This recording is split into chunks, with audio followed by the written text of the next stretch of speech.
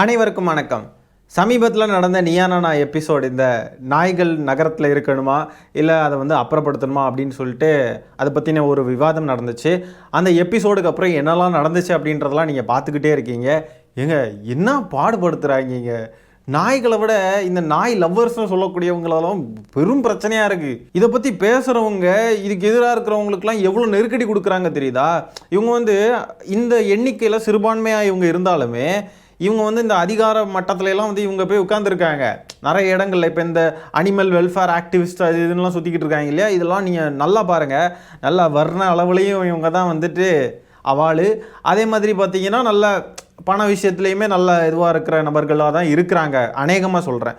So இவங்க அதிகாரத்தை கையில் வச்சுக்கிட்டு சில இடங்களில் என்னெல்லாம் பண்ணிக்கிட்டு இருக்காங்க தெரியுமா? ஐயோ, இப்போ என்ன பண்ணியிருக்காங்கன்னா, நம்ம நீயா நானா கோபிநாத் இருக்கார் இல்லையா, அவருக்கு வக்கீல் நோட்டீஸ் அனுப்பியிருக்காங்க. தெருநாய்களுக்கு ஆபத்து ஏற்படுத்துகிற வகையில் அந்த நிகழ்ச்சி இருந்துருச்சாமா. அது அப்படி தப்பாக கொண்டு போயிட்டாராம் கோபிநாத். அதனால் வக்கீல் நோட்டீஸ் அனுப்பியிருக்காங்க. என்ன கொழுப்பு பார்த்தீங்களா? முதல்ல அந்த நிகழ்ச்சியை தவறாக புரிஞ்சுக்கிட்டு இருக்காங்க நிறைய பேர். நாய் காதலர்கள், நாய் வெறுப்பவர்கள் அப்படின்லாம் கிடையாது. நாயை எல்லாரும் ஒன்றும் வெறுக்கலை. இப்போ நாயை என்னையே கேட்டிங்கன்னா, நான் நாயை வெறுக்கிற நபரான்னு கேட்டிங்கன்னா, எனக்கு நாயை ஓரளவுக்கு பிடிக்கும். ஒரு உயிராக அதை நான் பார்ப்பேன். ஆனால் எனக்கு இந்த தொட்டு தடவி அப்படியே ரொம்ப கொஞ்சம் குழாவது அதெல்லாம் எனக்கு செட் ஆகாது. என்னையை பொறுத்தவரை அது என்னுடைய ஒப்பீனியன் இல்லையா, எனக்கு என்ன அப்படின்றத நான் சொல்லணும் இல்லையா. இது என்னுடைய தனிப்பட்ட என்னுடைய அணுகுமுறை. நாய் சார்ந்த விஷயத்தில் எனக்கு இப்படி தான் இருக்கும். சில பேருக்கு நாயை டோட்டலாக வெறுக்கிறவங்களா இருப்பாங்க. வெறுக்கிறதும் ஒன்றும் தப்பு இல்லை, அது அவங்களுடைய இது. ஆனால் இவங்க யாரும் போய் நாயை கொல்லணும், நாய் இருக்கக்கூடாது அப்படின்லாம் நினைக்கிற நபர்களாக இருக்க வாய்ப்பு இல்லை. சில பேர் இருக்காங்க, அது அவங்கள நம்ம கணக்கில் எடுக்கக்கூடாது, அது அவங்க பண்ணுறது தவறு தான் வச்சுக்கோங்க. ஆனால் நாய் இந்த மாதிரி நாயினால் வரக்கூடிய பிரச்சனைகளை வெறுக்கிறாங்க அப்படின்றதுக்காக எல்லாருமே நாயை வெறுக்கிறாங்க, எல்லாருமே நாயை கொல்லணும்னு இருக்காங்க, நாய்கள்ன்ற ஸ்பீஷீஸே உலகத்தில் இருக்கக்கூடாதுன்னு நினைக்கிறாங்க அப்படின்லாம் கிடையாது. அப்போ கோபிநாத் அவர்களுக்கு வக்கீல் நோட்டீஸ் அனுப்பியிருக்காங்க. ஒரு நாய் பிரச்சனைக்காக எந்த நாய் விரும்பி இந்த வேலையை பண்ணிச்சோ தெரில. இதுக்கு வேற இந்த பைத்தியக்காரன், இந்த தாவேக்காரனுங்க இடையில புகுந்து கமெண்ட் போட்டுக்கிட்டு இருக்கானுங்க. இதுக்கெல்லாம் ஒரே தீர்வு எங்க விஜய் என்ன சிஎம் ஆகிறதான்னு. ஏண்டா டேய் விடுங்கடா, முடியலடா உங்களால. ஏண்டா இப்படி போட்டு எங்க தாலியா இருக்கிறீங்க? டேய் வாங்கடா வரவா. இங்கே பாருங்க, இப்போ சமீபத்தில் நடந்த செய்திங்க. தெலுங்கானாவில் வெறிநாய் கடிச்சு 4 வயசு சிறுவன் ரக்ஷித் அப்படின்ற 4 வயசு சிறுவன். அது மாதிரி இப்போ சமீபத்தில் நம்ம தமிழ்நாட்டில் ஹோசூரில் நேத்திக்குன்னு நினைக்கிறேன், ஒரு சின்ன பொண்ணு நாய் கடிச்சு இறந்துருக்காங்க. இப்படி தினமும் உயிரிழப்புகள் நடந்துக்கிட்டே இருக்குது. இதுக்கு ஒரு தீர்வு கொடுக்க வேண்டாமா? ஆனால் இங்கே பாருங்கள், சுப்ரீம் கோர்ட்டாலேயே ஒன்றும் பண்ண முடியாத அளவுக்கு இந்த நாய் வெறியர்கள், நாய் விரும்பிகள் இருக்காங்க. அந்த அளவுக்கு இன்ஃப்ளூயன்ஸை வச்சுக்கிட்டு இருக்காங்க. அப்போ நீயா நானாவோ இல்லை கோபிநாத் அவர்களெல்லாம் அப்போ என்ன பண்ண முடியும்? சுப்ரீம் கோர்ட்டாலே ஒன்றும் பண்ண முடியல. இவங்கள அந்த அளவுக்கு வெறி பிடிச்சி போயிருக்காங்க. நாயை விட வெறி பிடிச்சவங்க இவங்க தான். ஆக்சுவலாக பார்த்தீங்கன்னா, இந்த நாய் பிரச்சனை நடக்குது இல்லையா, இதில் நாய்கள் நம்ம குற்றம் சாட்ட முடியாது. நாய்கள் அது அஞ்சறிவு ஜீவன், அதோடைய குணாதிசயங்களே அப்படி தான். அது கடிக்கிற தன்மை உள்ளது, அது நேச்சுரலாகவே அப்படி தான். ஸோ அதை நம்மளால் புரிஞ்சுக்க முடியுது. ஆனால் மனிதர்களாக இருக்கக்கூடிய இந்த நாய் காதலர்கள், நாய்களுக்காக நாங்கள் வாழ்கிறோம், நாய்கள் தான் முக்கியம், மனித உயிரோட நாய் தான் முக்கியம்னு சொல்லி இருக்கிறவங்க எல்லாம் பகுத்தறிவு, 6வது அறிவு இருந்தும் இப்படி பிஹேவ் பண்ணுறாங்க தெரியுதா? மனித உயிரை விட நாய் தான் முக்கியம்னு. அவங்க தான் பிரச்சனையே, குற்றவாளியே அவங்க தான். இந்த பிரச்சனையில் குற்றவாளி நாய் தான் அப்படின்னு நாயை நம்ம குற்றவாளியாக நம்ம இது பண்ண முடியாது. ஏன்னா அதுங்களுடைய தன்மையே அதுதான், அது கடிச்சு வைக்குது. அதுக்கான சொல்யூஷனை நம்ம அதுக்கு தேடலாம்.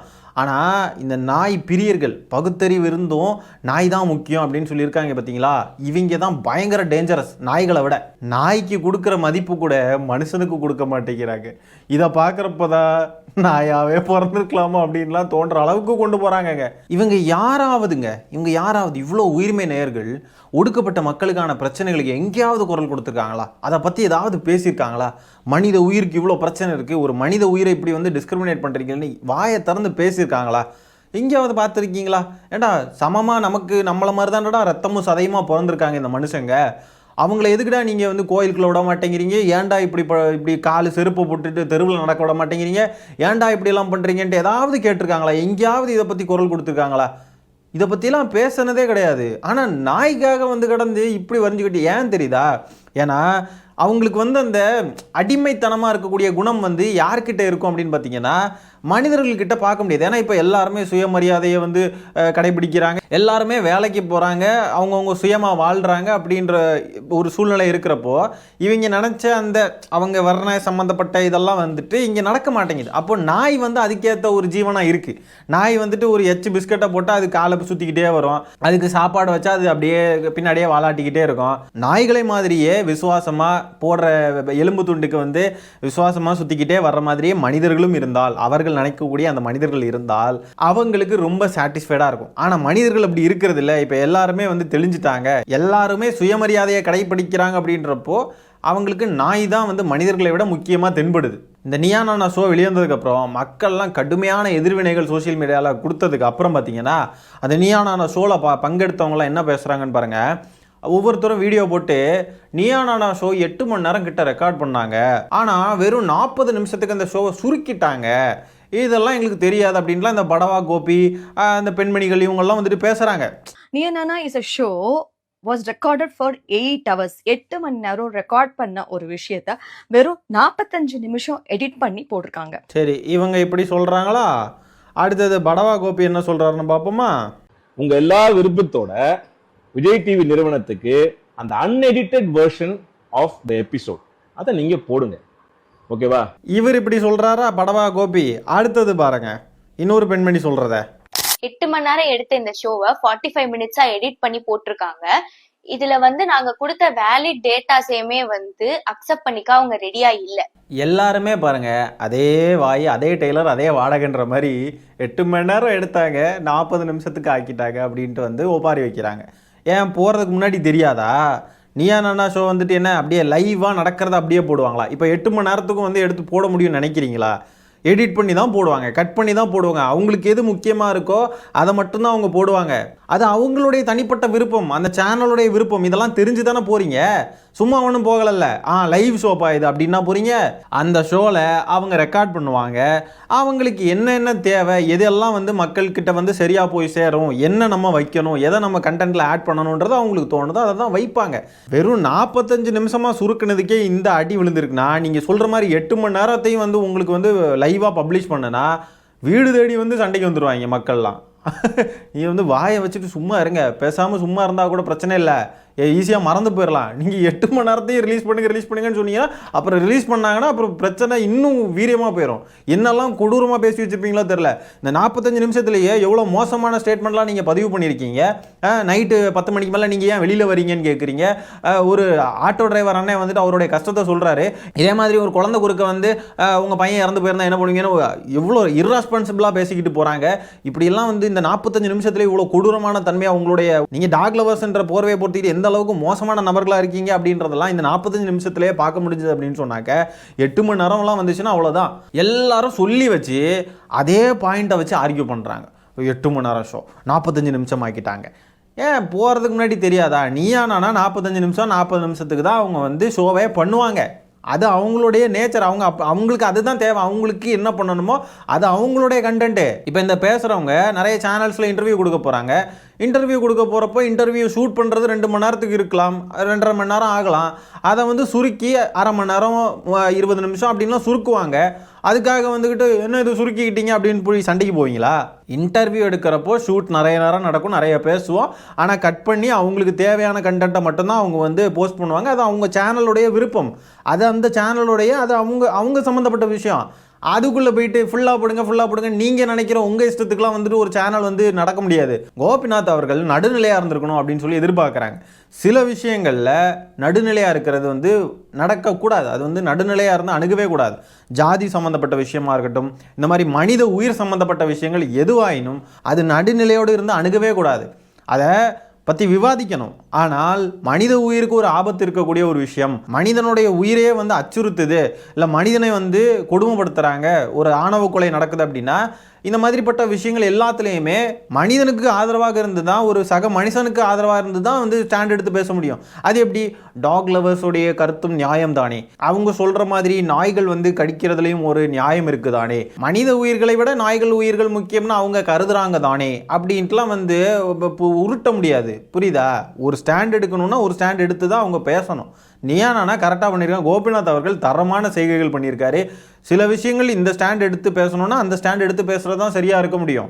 இப்போ ஒரு ஆணவ கொலை நடக்குது, அதை பற்றி விவாதிக்கிறோம் அப்படின்னா அவங்க தரப்புலேயும் நியாயம் இருக்குதானே, அவங்க வந்து கொலை பண்ணதுலேயே ஒரு நியாயம் இருக்குதானே அப்படின்லாம் பேசிக்கிட்டு இருக்க முடியாது. அது தப்புனா தப்பு, அதை வந்து எக்காரணம் கொண்டும் சரின்னு சொல்லி அந்த சரின்னு சொல்லி பேசுகிறதே முதல்ல தப்பு. இப்போ நான் சொன்னேன் இல்லையா, அவங்க பக்கம் நியாயம் இருக்குதானே அப்படின்னு சொல்கிறதுக்கே வாய் கூசுது. அப்போது இதே தான் இந்த இடத்துலையும் இது அப்படியே இந்த ஆணவ படுகொலைகளை வந்து எப்படி சப்போர்ட் பண்ணுற நபர்கள் நம்ம வெறுப்போமோ அதே மாதிரி தான் இந்த நபர்களையும் நம்ம வெறுக்கணும். நாயை பிடிக்கும்னு சொல்கிறவங்க அது அவங்களுடைய விருப்பம், சரி சொல்லிட்டு போட்டோம், எனக்கு நாயை பிடிக்குங்க, நாயின்ற உயிரினத்தை பிடிக்குங்க அப்படின்னு சொல்கிறது விருப்பம், இருந்துட்டு போங்க. ஆனால் அது மனித உயிர்களை விட எனக்கு நாய்களை தான் பிடிக்கும், நான் வந்து இதுக்காகவே கல்யாணம் பண்ணாமல் இருக்கேன், நாயை என்னுடைய குழந்தை மாதிரி பார்க்குறேன், இந்த புனிதத்தன்மையை பூசி இந்த எங்கெல்லாம் புனிதத்தை பூசுகிறாங்களோ அந்த விஷயமெல்லாம் கேடுகட்டத்தனமாக தான் இருக்கும். ஸோ இந்த புனிதர்களாக வந்து அவங்கள காட்டிக்கிட்டு நாங்கள்லாம் உயிர்மை நேயர்கள், நாய்க்காக வந்து நாங்கள் இது பேசுகிறோம், நாங்கள்லாம் உயிர்களுக்கானவர்கள், எல்லா உயிரையும் நாங்கள் போட்டுருவோம் புகழுவோன்னு சொல்லி பேசுகிறவங்கெல்லாம் ஒன்றா நம்பர் ஃப்ராடுகளாக தான் இருப்பாங்க. ஏன் இதே பாசத்தையும் இதையும் வந்து கொசு மேலே காட்ட வேண்டியதானே? கொசு, பூரா, கரப்பாம்பூச்சி எல்லாத்துக்கு மேலேயும் காட்ட வேண்டியதானே? ஏன் அதை மட்டும் அடித்து கொள்றீங்க? உங்களை தற்காத்து கொள்ளணும்னா மற்ற உயிரெல்லாம் கொள்வீங்க, நாயை மட்டும் கொள்ள மாட்டீங்க. அது எப்படி?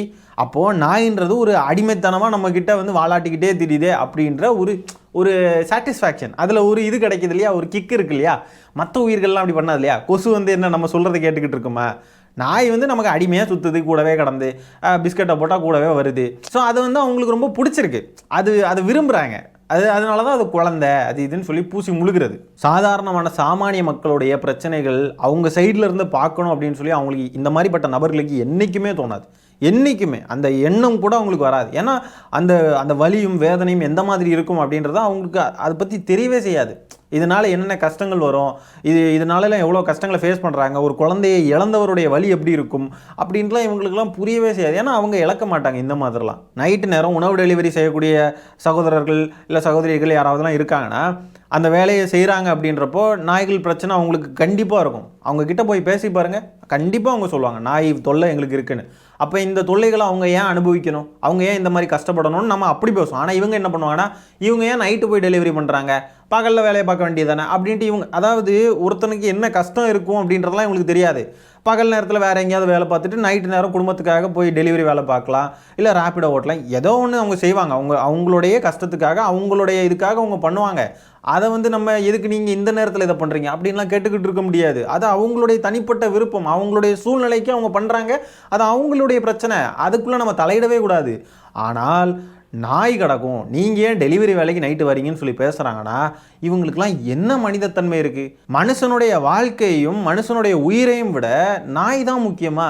தெருவில் சும்மா தண்டத்துக்கு சுற்றிக்கிட்டு இருக்கிற நாய்க்கு வந்து அவ்வளோ மதிப்பு. தன்னுடைய குடும்பத்துக்காக உழைக்க போகிற ஒரு ஃபுட் டெலிவரி பாயோடைய உயிர் வந்துட்டு அவருடைய வாழ்க்கை வந்து உங்களுக்கு முக்கியமே கிடையாது, அப்படி தானே? அந்த சோலையை என் பிள்ளை இறந்து போச்சு, நாய் கடிச்சு என் பிள்ளையோட காதை கவிடுச்சு, என் பையன் வந்து 75 நாள் கழித்து ரேபிஸ் நோய் வந்து இறந்து போயிட்டான் அப்படின்ட்டுலாம் வந்து சொல்கிறப்போ அந்த எதிரில் இருக்கிற அந்த அம்முன்ற பெண்மணி சொல்கிறாங்க, சிரிச்சுக்கிட்டே சொல்கிறாங்க, எலி என் காருக்குள்ளே ஏறி 10,000 ரூபா செலவச்சிருச்சு அப்படின்லாம் சொல்கிறப்போ எதிரில் இருந்து இந்த இவ்வளோ பெரிய இழப்புகளை சந்தித்த அந்த நபர்களுக்கு எவ்வளோ கோபம் வந்திருக்கும் யோசிச்சு பாருங்க. பார்க்குற நமக்கே அவ்வளோ எரிச்சலாக இருக்குது. ஒரு 10,000 ரூபா செலவானதுக்கு ஒரு எலி போய் ஒரு காருங்க, ஒரு உயிர் இல்லாத ஒரு காரு, ஆஃப்டர் ஆல் ஒரு காரு டேமேஜ் ஆனதுக்கு இவங்களுக்கு அவ்வளோ கஷ்டமாக இருக்குன்னு இருந்து சிரிச்சுக்கிட்டு சொல்கிறாங்க. எவ்வளோ கோபம் வரும் யோசிச்சு பாருங்களேன். நியாயமாக பேசுகிற மாதிரி இவங்கெல்லாம் இப்போ வீடியோ போட்டுக்கிட்டு இருக்காங்க. இது நாங்கள் 8 மணி நேரம், நீங்கள் பேசுன இவ்வளோ நேரத்துக்கே அவ்வளோ கோபம் வருது, 8 மணி நேரம்லாம் பார்த்தா அவ்வளோதான் போல இருக்குது. எப்பா அடுத்த வீட்டில் உள்ள பிள்ளைங்களுடைய உயிர் போகிறதையெல்லாம் வந்து அப்படின்ட்டு உச்சி கொட்டிக்கிட்டு, அந்த உச்சி கொட்டுறது மட்டும்தான் அவங்கக்கிட்ட இருக்கிற ஒரே ரிப்ளை, உச்சி கொட்டி சே இப்படி நடந்துருச்சே சே அப்படின்ட்டு இந்த உச்சி கொட்டிக்கிட்டு நாய் எப்படி வந்து எதுக்காக இப்படி கத்துது, எதுக்காக இப்படி வந்து சவுண்ட் எக்ஸ்பெரிமெண்ட் பண்ணிக்கிட்டு இருக்காங்க. ஒவ்வொரு விதமாக சவுண்டு போட்டு அது வந்து இப்படி கத்துனா அப்படி, இதனால இப்படி, அதனால அப்படி, அது லவ் யூ சொல்லுதுன்னா லவ் யூன்னு வைக்கிறோம் அப்படின்ட்டுலாம் வந்து என்ன மாதிரி லூஸு மாதிரி பேசிக்கிட்டு போகிறாங்க. யாரா நீங்கள்லாம், எங்கேருந்துடா வரீங்க நீங்கள்லாம்? சக மனுஷன் கூட வாழ்கிறீங்களா இல்லை நாய் கூட வாழ்கிறீங்களா? மனுஷன் கூட பழகி மனுஷன் கூட வாழ்ந்தால் தெரியும் மனுஷனுடைய வேதனைகளும் கஷ்டங்களும். நாய் கூடயே பழகிட்டு இருந்தா நாய் மட்டும்தானே உங்களுக்கு இருக்கும், மனுஷனை பற்றி உங்களுக்கு கவலையே இருக்காது. எல்லாருமே பார்த்தது ஒரு எடிட்டட் எபிசோட். இந்த மாதிரி ஒரு எபிசோட விஜய் டிவியில் போடுவாங்கன்னு நான் சத்தியமாக எதிர்பார்க்கவே இல்லை. இந்த மாதிரி ஒரு எபிசோட போடுவாங்கன்னு எதிர்பார்க்கவே இல்லையா? பின்ன எப்படி எதிர்பார்த்து போனீங்க? உங்களுக்கு தெரியாதோ? அது மீடியா ஃபீல்டில் இருக்கிறவருக்கு எப்படி இதெல்லாம் ஒர்க் ஆகும்னு தெரியாதா? எப்படி உருட்டுறாரு பாருங்களேன். இந்த மாதிரி போடுவாங்கன்னு தெரியாமலா போகிறீங்க? எந்த மாதிரி போட்டுட்டாங்க? இப்போ எதுவும் தவறா இல்லையே? நீங்கள் பேசுனதை தானே போட்டிருக்காங்க. நீங்கள் பேசுனதை தாண்டி எதுவுமே போடலையே. நீங்கள் பேசுகிறத தாண்டி ஏதோ எடிட் பண்ணிட்டாங்க, ஏதோ இது பண்ணிட்டாங்க, அது பண்ணிட்டாங்கன்னா சொல்லலாம். நீங்கள் அந்த மேடையில் என்னென்ன வார்த்தைகளை உபயோகப்படுத்துனீங்களோ அதை தானே பதிவு பண்ணியிருக்காங்க. நீங்கள் எல்லாருமே என்னென்ன வார்த்தைகள் பேசுகிறீங்களோ அதுக்கு நீங்கள் தான் முழு பொறுப்பு. இப்போ நான் இந்த வீடியோவில் பேசிக்கிட்டு இருக்கேன், இதில் என்னென்ன நான் பேசுகிறேனோ அதுக்கு நான் தான் முழு பொறுப்பு. நான் எல்லாத்தையும் பேசுகிறதெல்லாம் பேசிக்கிட்டு எடிட்டர் வீடியோ எடிட் பண்ணி போடுறாங்க அப்படின்றப்போ, ஐயோ நான் சரியாக தாங்க பேசினேன், அது அன்எடிட்டடு கிளிப்பை பார்த்தா உங்களுக்கு புரியுங்க, எடிட் பண்ணதுனால எல்லாம் மாறிடுச்சுங்க, அன்எடிட்டட் பார்த்தீங்கன்னா உங்களுக்கு நான் என்ன சொல்ல வரேன்னு புரியுங்கன்னு சொல்லி உருட்டிக்கிட்டு இருந்தா எப்படி இருக்கும்? அதே மாதிரி தான் இருக்குது. நீங்கள் ஒரு வார்த்தை பதிவு பண்ணுறீங்க, நீங்கள் பேசுகிறீங்கன்னா அது உங்களுக்கு தெரிஞ்சு உங்கள் சுயநினைவோட தான் பேசுகிறீங்க. அதை ஒன்றும் மாற்றலை யாருமே. நீங்கள் தெரிஞ்சே தான் பேசுகிறீங்க. நீங்கள் என்ன ஸ்டாண்ட்லேருந்து பேசுகிறீங்க? நீங்கள் 11 மணிக்கு மேலே வராதிங்க, நீங்கள் ஏன் வெளியே வரீங்க அப்படின்னு கேள்வி கேட்குறது, நான் அதை ஏதாவது மாற்றிட்டாங்களா? ஏதாவது தப்பாக மாற்றிட்டாங்களா? இல்லை, இருக்கிறது தானே காட்டியிருக்காங்க. எப்படியெல்லாம் முட்டு கொடுக்குறாங்க பாருங்களேன், தப்பையும் செஞ்சுக்கிட்டு. நீங்கள் பேசக்கூடிய வார்த்தைகளுக்கு ஒரு டிவி சேனல் எப்படி பொறுப்பாக முடியும்? என்ன இது? கொஞ்சமாக லாஜிக் இருக்கா? பேசுகிறத நீங்கள் பேசுகிறீங்க, பேசுனா அடி விழுகுன்னு தெரியுமா தெரியாதா? இந்த மாதிரி தப்பாக பேசினா அடி விழுகும். நீயா நானா இந்த மாதிரி ஷோஸில் எல்லாம் சரி, ஒரு யூடியூப் சேனலில் நம்ம தப்பாக பேசிட்டோம்னாவே தூக்கி போட்டு சாத்துவாங்க மக்கள். தெரியும் தானே? தெரிஞ்சுக்கிட்டும் நீங்கள் ஒரு நீயா நானா மாதிரி ஒரு ஷோவில் போய் உட்காந்துருந்துக்கிட்டு நீங்கள் ஏதோ எனக்கு இதெல்லாம் தெரியாது, நான் எதிர்பார்க்கவே இல்லை அப்படின்னா என்ன அர்த்தம்? எதுக்கு இந்த மாதிரி நடிச்சுக்கிட்டு இருக்கீங்க? குழந்தைங்களை கடிக்குதுன்னு சொல்றீங்களா? எத்தனை குழந்தைங்களை கடிச்சதுன்னு நினைக்கிறீங்க? அப்படி குழந்தைங்களை கடிச்சிருந்ததுன்னா அதுக்கு நாங்க வருத்தப்படுறோம். அதுக்கு காரணம் என்ன? பசி. குழந்தைங்களை கடிச்சா ரொம்ப வருத்தப்படுறாங்களாம். அதுக்கு காரணம் என்ன? பசி. பசிச்சா நாய் குழந்தைய சாப்பிடும், கடிக்கும். அதை நியாயப்படுத்துவாங்க. அப்போ நாய்க்கு பசி எடுத்து குழந்தைய கடிச்சு கவிட்டு போச்சு அப்படின்னு சொன்னால் பசியில் கடிக்குதுன்னு அதை ரொம்ப நியாயமாக எம்பத்தியோட நாயை பார்க்கணும். குழந்தை கடிப்பட்ட குழந்தைய எம்பத்தியோட அணுகக்கூடாது. குழந்தை மேலே கருணை வரக்கூடாது. குழந்தைங்களை கடிக்கிறதுக்கு ஜஸ்ட் வருத்தப்படுவோம், வருத்தம் அவ்வளோதான். ஆனால் நாய்க்கு இருக்கிற பிரச்சனையை தான் நம்ம அட்ரஸ் பண்ணணும். அதுக்கு பசி, அதுக்கு சோறு போட்டு நல்லா அதை வளர்த்து விடணும். அதை வளர்த்து விட்டு அது இன்னும் நல்லா 4 பேரை போய் கடிக்கணும், 4 குழந்தைங்க உயிரை காவு வாங்கணும், எல்லாம் பண்ணணும். ஆனால் அப்போவுமே நம்ம என்ன சொல்லணும்னா பசி, அவ்வளோதான் பிரச்சனை. நாய்க்கு பசிக்குதுங்க. குழந்தை செத்தா என்ன? குழந்தை அதெல்லாம் சாக தான் செய்யும். அதெல்லாம் நம்ம ஒன்றும் பண்ண வேண்டாம். நாய்க்கு நம்ம சாப்பாடு போட்டு நல்லா பெருத்து இன்னும் நிறைய நாய்கள் பெருக்கிக்கிட்டே இருக்கணும். அதுதான் நம்ம பண்ணணும் ஆஸ் அ ஹியூமன்ஸா. இந்த தெருநாய்கள் இருக்கக்கூடாதுன்னு பேசுகிறவங்களெல்லாம் டாக் ஹேட்டர்ஸ்னு அடையாளப்படுத்துறதுக்கு இல்லையா? இந்த பிரச்சனையே டாக் ஹேட்டர்ஸ் விசஸ் டாக் லவ்வர்ஸ்னு சொல்லி இதை மடைமாற்றி கொண்டு போகிறதே ஒரு மிகப்பெரிய அயோக்கியத்தனம். இது அப்படியாங்க டாக் லவர்ஸ் டாக் ஹேட்டர்ஸ்னால் போகுது. இங்கே நம்ம பேசுகிறது, நம்ம இப்போ இந்த கண்டென்ட்டை நம்ம மேக் பண்ணுறதே முழுக்க பார்த்தீங்கன்னா நாய்களுக்கு எதிராக இருக்காது. நாய்களால் மனுஷனுக்கு ஏற்படக்கூடிய பிரச்சனைகளை எதிர்த்து தான் நம்ம பேசிக்கிட்டு இருக்கோம். அதுதான் நடக்கக்கூடாதுன்னு பேசிக்கிட்டு இருந்தோம். நாய் சும்மா அது பாட்டுக்கு இருந்துச்சுன்னா நம்ம ஏன் பேச போகிறோம்? நாய் கடிக்குது, நாயால் உயிரிழப்புகள் ஏற்படுது. அப்போ அதுக்கு ஒரு சொல்யூஷன் வேணும். அதுக்கு நாய்களை அப்புறப்படுத்தணும். நாய்கள் இங்கே இருக்கக்கூடாதுன்றது தான் சொல்யூஷன். இவங்க எல்லாம் என்னென்னா, எங்கள் ஏரியா நாய், எங்கள் வீட்டு நாய், எங்கள் பக்கத்து நாய், எங்களுக்கு அது குழந்தை மாதிரி அப்படின்லாம் சொல்லி பூசி முழுகிறாங்க. இவங்க போய் தெருவிலையும் அங்கே எங்கேயும் போய் சோறு போட்டு நாய்களை வளர்ப்பாங்களாம். அந்த நாய்கள் யாரையாவது போய் கடிச்சு வச்சதுன்னா அதுக்கு இவங்க பொறுப்பேற்றுக்க மாட்டாங்களாம். அப்போ கடிச்சு வைக்கிது, பிரச்சனைகள் அதிகரிச்சுக்கிட்டே இருக்குது, கடிச்சு வைக்கிது நிறைய பேருன்னு சொல்லிட்டு கவர்மெண்ட் ஒரு முடிவெடுத்தா அதையும் பண்ண விட மாட்டாங்களாம். அப்போ இந்த நாய்க்கடிக்கு என்னதான் சொல்யூஷன் பார்த்தா இது ஸ்டெர்லைஸ் பண்ணி அதெல்லாம் பண்ணி கொண்டு திருப்பி எங்கள் தெருவில் விடுங்க அப்படின்றாங்க. நாயோடைய அடிப்படை குணமே துரத்துறது, கடிக்கிறது, இதெல்லாம் தான். நம்ம சும்மா போனாலும் துரத்திக்கிட்டு வரும், சும்மா போனாலும் ஏதாவது பண்ணிட்டு வரும். அப்போ திரும்ப இந்த பிரச்சனைகளை அனுபவிச்சுக்கிட்டே இருக்கணுமா? நாய் திடீர்னு இடையில ஓடி விழுறதுனால எத்தனை பேருக்கு ஆக்சிடென்ட் ஆகி என்னெல்லாம் நடக்குது. அப்போ இந்த மாதிரிப்பட்ட சம்பவங்கள் மேலும் மேலும் நடந்து மனித உயிர்கள் பறிபோய்கிட்டே இருக்கணுமா? ஆபத்தானவர்கள் இவர்கள். சரி மக்களே, இந்த காணொலியை நான் அதோட என் பண்ணிக்கிறேன். நன்றி, வணக்கம்.